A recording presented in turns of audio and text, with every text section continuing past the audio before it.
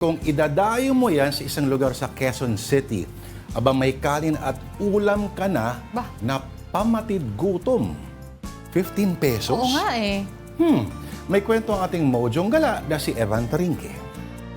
Sa mahal ng bilihin ngayon, ang tanong, saan naabot ang 20 mo?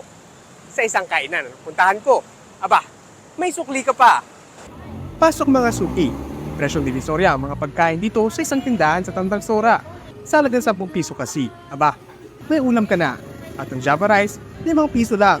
Umorder ka ng 2 wheels sa halagang 30 pesos.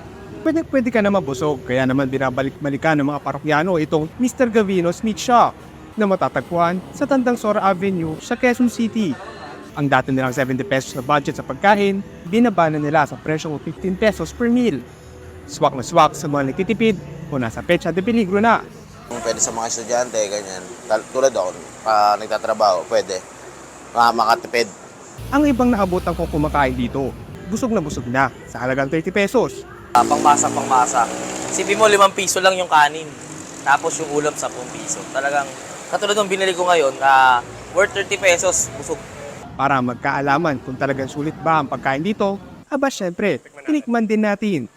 For 60 pesos, panalo to. Panalo yung kikiam sisig. May kagat, medyo spicy.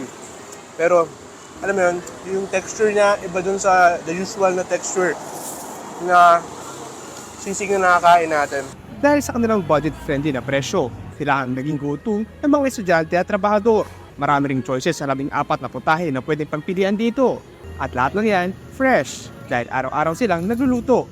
Everyday sir, madaling araw pa nagluluto na sila. Kasi mini-maintain namin fresh ng pagkain kasi napaka-importante nun. Sino mag-aakala na ang 20 pesos mo, makakabili na ng kanin at ulam? Nakatipid ka na, nabusog ka pa. Mobile Journal, Ivan Tarinque po hatid ang muka ng balita.